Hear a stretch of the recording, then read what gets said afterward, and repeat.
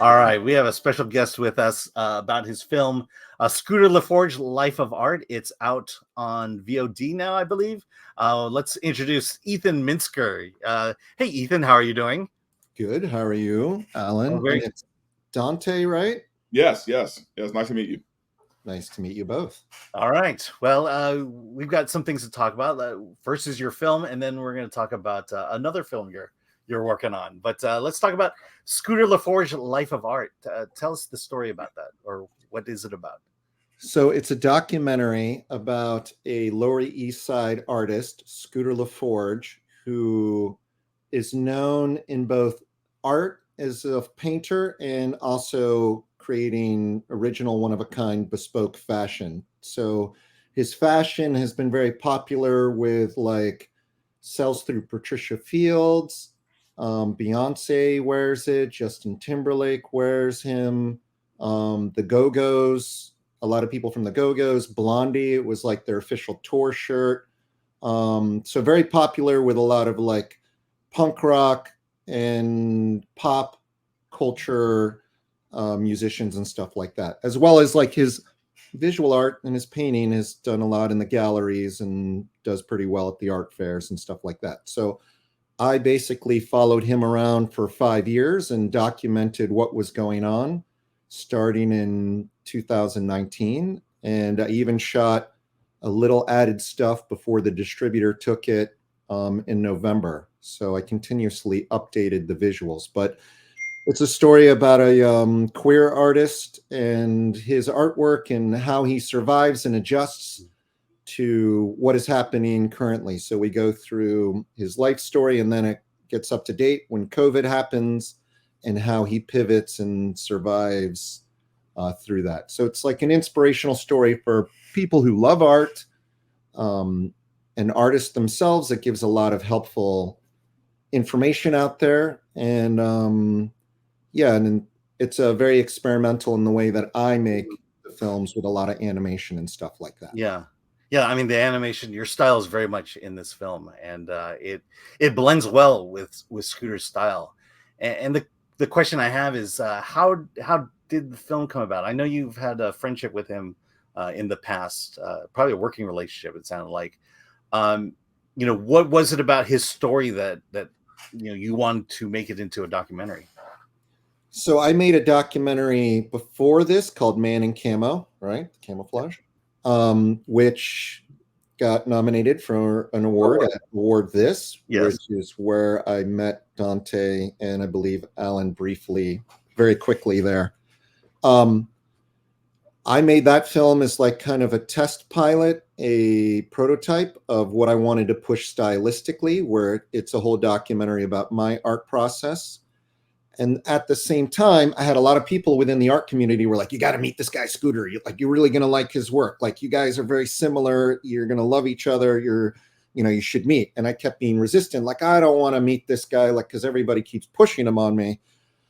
We show in the same galleries. We're all in the same community. And then finally, I started seeing his work and I'm like, oh, I actually like his work. His work is a lot to do with sort of cartoon and this sort of crazy kind of mix of art. This is a water tower I made that he painted. And I began to really like his work. And then I met him and our personalities worked well together. I'm very kind of aggro, aggressive, ready to fight. And he's very Valium, calm, and calms me down. So we complement each other in the personality wise. And I give the example that in the film, it talks about him being bullied, and this isn't in the film, but later in life, he had these same bullies reach out to him and, were asking for advice because it turned out their children were going to art school, and Scooter was very nice about it. Mm-hmm. Where I, on the other hand, when I was bullied, I later in life hunted down a lot of my bullies and beat them up. I mean, it wasn't a pleasant experience for them. So we have totally two different ways, but I think his way is the more stronger. It's a lot harder to embrace and show love.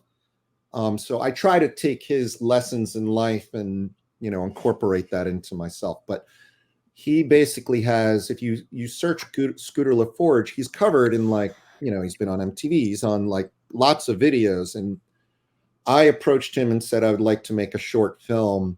And then I just kept filming, and it kept getting longer and longer until it turned into a feature.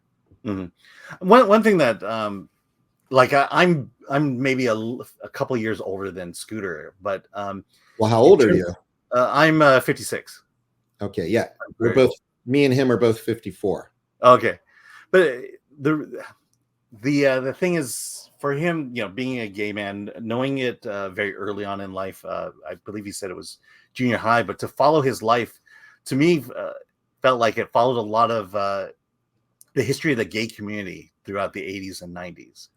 And it reminded me a lot about, when I look at where we're at today, and then going back to the 80s and, seeing, the AIDS epidemic, and seeing gay men just dying at the high numbers of deaths during the AIDS crisis.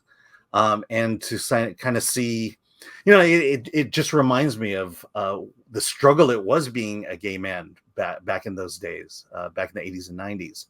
And I felt like his, watching the entire movie just felt like it was a history of that period in our lives. Yeah, I mean, it's interesting because like in the cast in the film, there's actually a couple people who are, HIV positive currently, but in today's world, it's like this younger generation doesn't really get the fear that installed. Like now it's like, oh, AIDS is like so commonplace that people can take the medication, and it's not a death sentence anymore. So he kind of like brings up this thing of how like fearful people were in that time period. I mean, I grew up terrified of it too. Mm-hmm.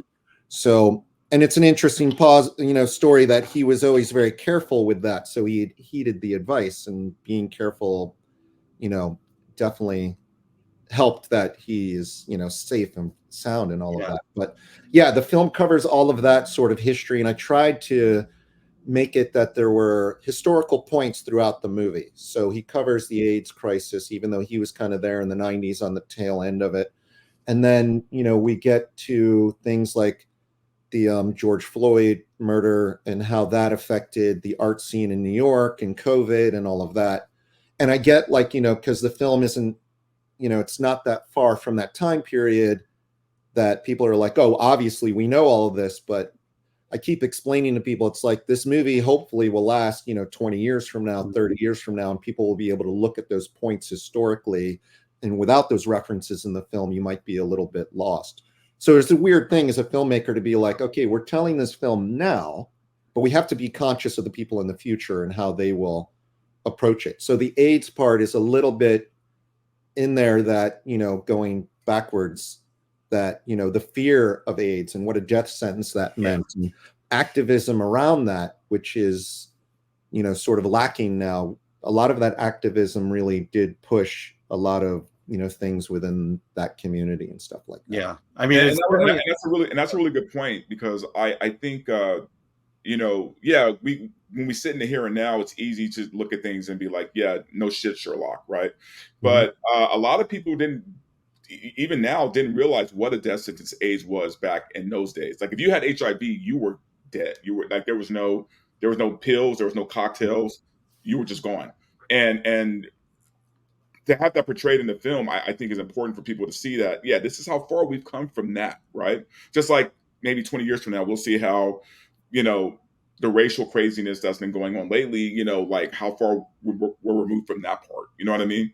So like the whole George Floyd thing and just the circus around that. And for the people who lived in those areas, what was it like? And for the people who are trying to make art, what was it like for them during the crazy time of now, Yeah, also it's like, I live in New York, and I live in Union Square, and I try to explain this to people that, they're like, oh, the protests. And I'm like, it's like weather here. There's a protest every season. Every season there's a protest and riots. I've been here since 88. So right. I've seen countless riots. So if I show footage of something, like, you have to have the context. This is what this related to in this season. So, I'm prepared for the riots coming, whatever protests going on there happening around me. And, I teach at FIT. Our school is, dealing with protests currently in the building I teach in. So, but yeah, you need historical markers. And I try to do that for all the films. So even in Man in Camo, I shot footage of September 11th, and I try to place that marker and how it affects you creatively as an artist. And so all the films I want to have markers, because in a way it's like, I don't make money on these films. I go broke making these. It's like a yearbook for myself. Like, here is the environment. This is what I look like. These are the people I hung out with at that time period. So as Chris says, you don't have a butler. The what? Chris says, so you documentarian, so you don't have a butler, or you had to fire your butler recently. Yeah, I work, I did 11 years of episodic promos for, MTV and VH1. And that's wow. The funny is, so like, I'm one of those filmmakers that works hard to fund the next part of filming, but I do not have like any kind of support other than that. Yeah. So let's get into the secret sauce. You probably have already answered it, but what is the approach when it comes to making an art documentary, outside of just telling the story of the artist and showing his work or her work or their work?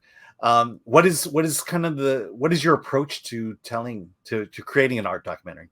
First off, I watch a lot of art documentaries, and the formula drives me nuts. In any independent film, the formulas drive me nuts. So I strive to, first off, tell a unique story in a way that the audience isn't really, going to predict. And I think that's kind of the thing I want to go for whether it's a documentary narrative or anything. Secondly, I want it to have very stylistic, that somebody can watch it and say, that's definitely an Ethan Minsker film.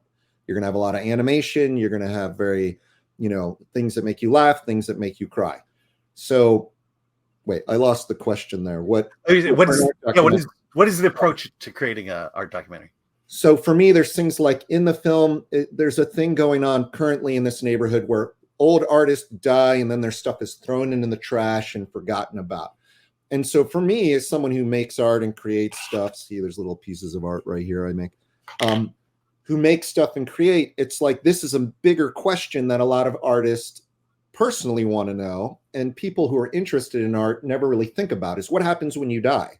You make art because you think like it's going to be this gravestone and a marker that people can reference. But the reality is, typically when you die, it's just thrown in the trash. So that's a kind of question I would ask Scooter, and he addresses in the film. And most art documentaries I watch are made by people outside of that are filmmakers directing the question, where I'm an artist and a filmmaker. So I want to point questions that I want to know and that I wish were asked in these other art documentaries. And I also want to break the formulaic thing that you see within documentaries and all of that. So I try to do this, what do you call it? Like a natural progression of a film. I don't really list out the way it's going to go. I ask the questions form the next part of it. And I continuously go based on the part of the film that I've already captured and edited, if that makes sense. So kind of like how Scooter in the very beginning of the film believes in automatism, in this concept of like, let things develop naturally. I like that to happen in all of the films that I make, which makes it less predictable. So does the animation come later, much later in the process, or are you just kind of thinking about it throughout, or do you have a plan beforehand? I sometimes will. So every bit I animate takes about 2 to 3 months to do like a 10-second thing that I have to engineer and make, and I handcraft everything. It's no computer graphics. It's all handmade. Sometimes I do all this work and animate it, and then I'm editing it and then go like, oh, that was a waste of time, and I cut it out. So I wish I was thinking more ahead like you, like wait till the film's done. And people within that help me on the films are like, you should really wait till the film is more locked picture before you edit, before you animate. But the problem is, if I did that, that would be like shut down production for another 2 years just to add all the animation. So I kind of have to animate as I go along to make the film progress faster.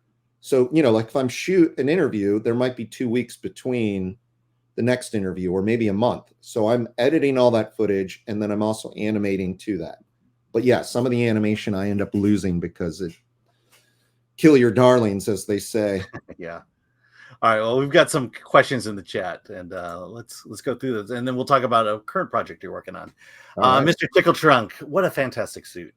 Yes, I remember you brought that to award this as well.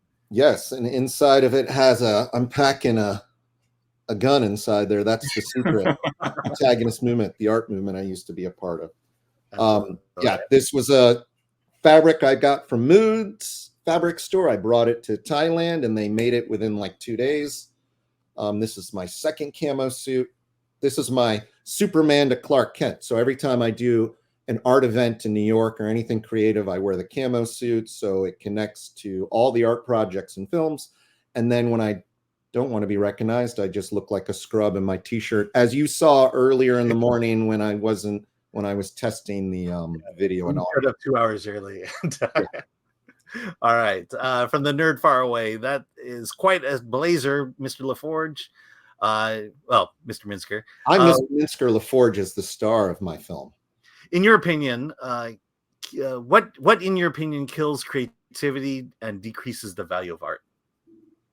Oh, that's money. The moment you throw money into there, it kills and all of that. Luckily, I'm not in that position because I have no money and I work very hard and I'm self-funded. But every project where I've worked on where it's self-funded, has more of a funding and more of a budget, then you have the layers of approval. Even when I worked for, the broadcasting thing, you would have level after level of approval, and you would see how the creativity and the genius of what you were doing was being stripped away for other concerns, which are legitimate, like, how it plays to a wider audience, how it's going to impact like the money and the downline and all that. I'm lucky that I don't have to worry about any of that. But yeah, money is a major factor. Yeah. Once you're no longer starving, that's when it goes downhill. Which every creative is wishing for. Yeah. So I'll bring up Thomas Kincaid, but then I won't. From Rumble, ADLS24. How does New York City street art influence Scooter's style? How did it? He does do some street art, like he's done wheat pasting and he paints murals and stuff like that. I do a lot more like wheat pasting, and I actually the water towers that I show, I paint my own, and I put those up around the city too. I glue them high up on the the pull down gates and stuff. So I think it's another way of finding an audience. And when you're a creator, you have to go every possible way to find an audience. So yeah, for the viewers out there, you can find me on Instagram, Ethan Minsker, and see all my personal art. But yeah, no, street art is just another link in the description. Say that again. Oh yeah. So we'll put a link in the description for your site. So it's just Ethan Minsker at on Instagram. Ethan Minsker at Instagram, or you could go to ethanminsker.com. That's my personal art. But Scooter LaForge, you could just do a regular search and there'll be tons of images of his stuff. But yeah, I personally think that street art impacts what you do because it allows you to bring in a new audience. And it's a completely very, very different audience than what you get in galleries. Yes. All right. Also from Rumble, ADLS, after the passing of Basquiat and Herring, was it artists like Scooter who filled the void in the New York art scene? Yeah, historically, like Patricia Fields, who's one of the people in the films, she was one of the first people to both highlight Basquiat and Herring in her personal gallery. So the fact that she now kind of anoints favor onto Scooter and, highlights his work and sells his work is kind of the passing of the torch from, Basquiat and Herring, which were mostly started out as street artists. So you get the history right before they started going into the galleries and selling for tons of money. Where Scooter is more like, doing clothing in that same thing that you see out and about, and more of the galleries, but less of the street art. So yeah, it's very similar in themes and storylines. And I do cover both of those artists in the film that leads into Scooter. So there is connections to that. All right. Also, ADL has asked, does the film cover Scooter's struggling artist phase before working with celebrities and walking red carpets. Absolutely. I mean, this is the unavoidable thing from all of the art films, documentaries, is you have to have the struggles of that. So he talks about being bullied and this concept of how you actually make it as an artist, which he would say is like, don't be afraid to do your art in front of people and take every opportunity and exploit it. He even does a lot of work that's free, when the opportunities show up, because it does lead to other work. So these are other things that I learned from him. So like, imagine during the riots and the glass windows were smashed out all over New York City and they put up wood boards. He was one of those artists that would go do these beautiful murals on the streets of New York for free. And the funny part is that some of those stores then took down those murals, right? And then sold his work. So they took down the plywood and then they sold it, and didn't give him any of the money. It's like, dude, you don't, like, I did the artwork. That doesn't mean you technically own the art. So there's this whole battle been going on with one of these stores that, he had a beautiful mural. He took it down and they took it down to sell to make money for the store and gave him nothing. So there's that too. But I mean, is there a lawsuit around that, or is there, or they just? I doubt. I mean, I didn't ask, but I doubt. I think it's just like bad, Yeah. For like, New York City, whether it's artists and whatever downtown, we're like a community. So whether you're a small business or you're an artist, you're usually linked. So it's bad blood within the neighborhood to do that because it spreads like wildfire. It was like a soap store on Bowery, and I think it's one of the things I covered in the film. So yeah, it's not smart if you want to have a longevity in a community like this with not alienating, a big section of the downtown scene. All right. Aaron Taylor, the response to Magic Johnson's diagnosis is the strongest story that highlights the societal fears of, sorry, I was reading the bigger version. Societal fears caused by HIV/AIDS, like Dante said, people saw it as a death sentence. Yeah, I remember Magic Johnson's announcement that he had AIDS and thinking, that was kind of the big tragedy at the time, but also it was the start of AZT and how he was able to, it was the start that of medication that was being made available to those with HIV at the time. But also the reason why that was kind of important too, really quickly, is even though AIDS was around and we heard about it everywhere on the news and everything, it still never really reached the hood. You know what I mean? Like, AIDS was still kind of like, oh, that's something white people have to deal with. You know what I mean? Like, but when Magic Johnson was diagnosed with that, man, that's when Black people took notice of AIDS and HIV, and it became a thing because it was like, oh shit, we can catch this, and if he can get it, then all of us can get it. So that was actually a really big deal that Magic Johnson, was diagnosed with that, and I kind of wished, in movies and documentaries about stuff like this, they would talk about that, because that was a big turning point for the Black community when it came to HIV and AIDS and that epidemic. I mean, I grew up in DC, so I think maybe that I have a different perspective that, I was in the 80s, I had friends who died of AIDS who were of color. But, from the punk rock world where you're sharing, doing heroin and sharing needles, it was related to that. Mm-hmm. Not that that matters, but so, and in DC, so like that was like kind of assumed that it was across the board of like, it just, whoever you were, if you got it, you were dead. And watching a friend get it, and then, this amazing character of a person, that I wrote about in some other book stuff, that watching him get it and die was a shocker, especially because he had sex with most of the city. So I never know how all those people like dealt with it. But yeah, the more people that, and still like, that come out publicly about it, the more that the stigmatism of it is reduced. But I think by now it's like these kids, it's just like, whatever. It's like, something you get, and it seems more. It's almost like catching the flu now. It's like, I take a couple of pills and I should be okay. Yeah, but you got to do that for the rest of your life. But at the same time, you could literally eliminate it in a generation. Yeah, but I take Lipitor already for the rest of my life. So yeah. I mean, I take blood pressure medicine I have to take for the rest of my life. So I mean, it's like whatever. Yeah. It is what it is. All right. We can talk about Big Pharma anytime. Jimmy Francis, what artists, this is the big question, what artists do you consider the greatest and most influential on your work? I mean, like if you watch my films, you would definitely see Pee-wee's Playhouse, because I do a lot of masks and all of this. You can see in Man in Camo and Scooter, and then the next film. There's Kenneth Anger. Some of his stuff really influenced me, especially the very fast editing stuff.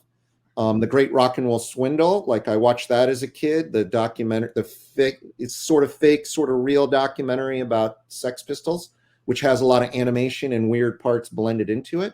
Found that really compelling. So kind of like, and that fiction of what MTV promised, like, I'm from that thing of like, MTV is going to be this crazy footage thing and you're going to be totally like completely like blown away all the time. And it really never delivered. So I'm always trying to make a film where you're like watching it being like, whoa, there's like crazy animation being thrown at you constantly and being entertained by that. So that's my goal. I never feel like I do my best to reach that. But yeah, those are the films and artists that really influenced me, especially within the film world side of it. All right, last question. Brock Samsonite, is there a museum or gallery that exclusively features Scooter's work? And if so, where is it? I'm interested in checking it out. And also, how can we see your documentary? How can we see Scooter LaForge, Art of Life? Yeah, I say like there's a big gallery here called Hal Happening Gallery. If you just search Hal Happening, you'll find it. They have a lot of his work. Also, Patricia Fields, you can buy artwork and clothing. And the clothing is affordable. That's usually like 60 and up, whereas paintings can go for 10,000 and up at this point. So you could buy a Scooter LaForge original hand painted by him for an affordable price. Oh, wow. You can get for $5 at Artomat. The film you can see on Amazon, you can see it on Google Play, and you can see it on YouTube Movies. And I think after a little while, it will expand to other things like iTunes. But right now, Amazon, Google Play, YouTube Movies. And it's from the distributor, Indie Rights. Having a really good time with Indie Rights. Shout out to Linda out there. Really appreciate the work that they're all doing to support independent film, just like Film Threat has been doing for more than 30 years. I definitely know all about that. Yeah, well, talk about a segue. Let's talk about your next project. I assume it's your next project or your current project. But you are helping us out with the film set. Film right threat over your shoulder. It's right behind you. The film sex threat. The Film Threat Sucks documentary. To clarify, I did not come up with that title. That's a Chris Gore title. That title's been in play for decades. Yeah. So the story of this film is that I made this movie, Man in Camo. It was well rated and reviewed by Film Threat. Then the pandemic hit. And then I get a side message from Chris dropping into my DMs, as the kids say, hey, I have a film I've been working on that's very similar to your story, that I would, be interested in talking to you about. And since I wasn't doing anything, I was like, well, I'll look at the footage and at least I'll do like, I call it a slop cut, but it's like an assemble cut. You like kind of put everything in a timeline so it can be easily looked at. And he sent me this big ass drive with more stuff than I imagined. And I started slowly cutting it together. Then it's like the stories start revealing from Chris. Chris has a habit of holding some stuff back. And when I'm like, wow, there's a lot of footage. It looks like you shot a lot of stuff. Oh, yeah, we had 2 filmmakers shoot 20 of these interviews, which include Todd Phillips and Larry Kaczynski and Chris Pernowski from Titmouse and a lot of other great people. I was like, well, that's interesting. 2 other filmmakers. And then, but then there was another filmmaker, the Duplass brothers, shot a good section of interviews with him. So I'm inheriting this as the third pass.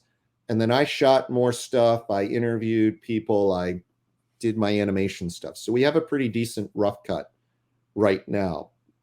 Chris keeps sending it out to people. I'm like, be selective of who you send it out to. It's viewed like almost 400 times privately from filmmakers that Chris is selecting. So I continuously get notes to to update it. But at some point, it's got to be like, no more notes. Let's stop. And plus, I want to do more animation to it. Actually, I've been holding back some of it. But we got an animator from Titmouse to help do some of the extra puppet animation stuff. So I think it's very entertaining, and it is stylistically like the Scooter film and Man in Camo.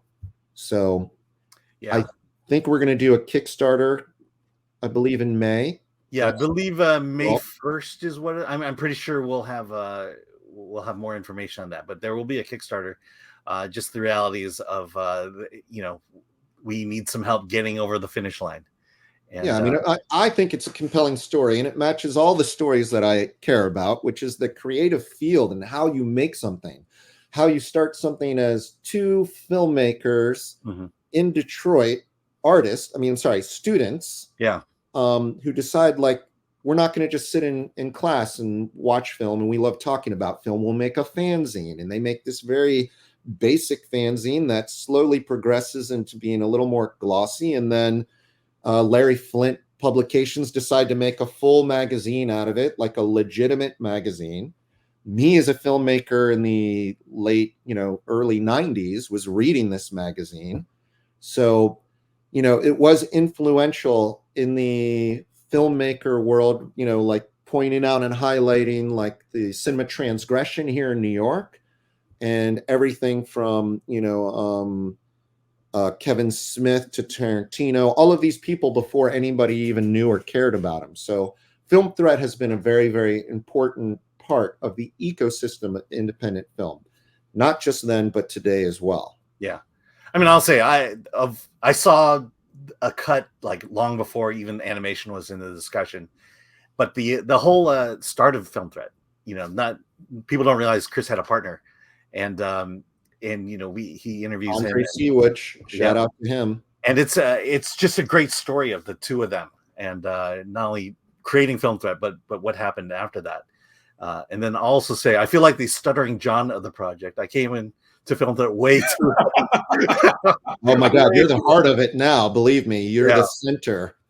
Yeah, right now I am. No, you always are. I continuously watch the thing, and Chris will say that you have like this centering thing.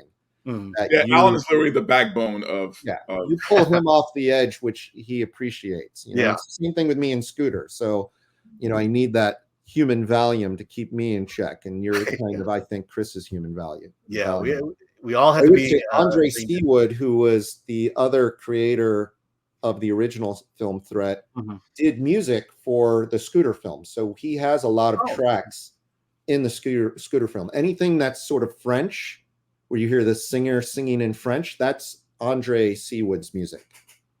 All right, amazing. Okay, well, hey, thanks for joining us, Ethan. I appreciate you being here. And it was fun to talk about not only the Film Threat Sucks project, but stay tuned for the Kickstarter announcement, but also for Scooter LaForge.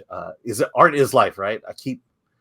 Art, Scooter LaForge, Life of Art. There was the whole thing on that. Like, I wanted to say Life in Art, and it was a whole debate until we got to Life of Art, which it's better. Yeah, absolutely. And that's on VOD. That's the way to go, man. Yeah, absolutely. So thanks a lot, Scooter. Thanks for joining us. Ethan. Oh, sorry. I knew that was going to happen. Ethan. No, it's fine. I get it. Hey, look, you remember Scooter LaForge, A Life of Art. That's all that matters. You can forget Ethan Minsker existed. That's fine. We have another round when the next film comes out. So absolutely. Okay. Thanks a lot. Goodbye, guys.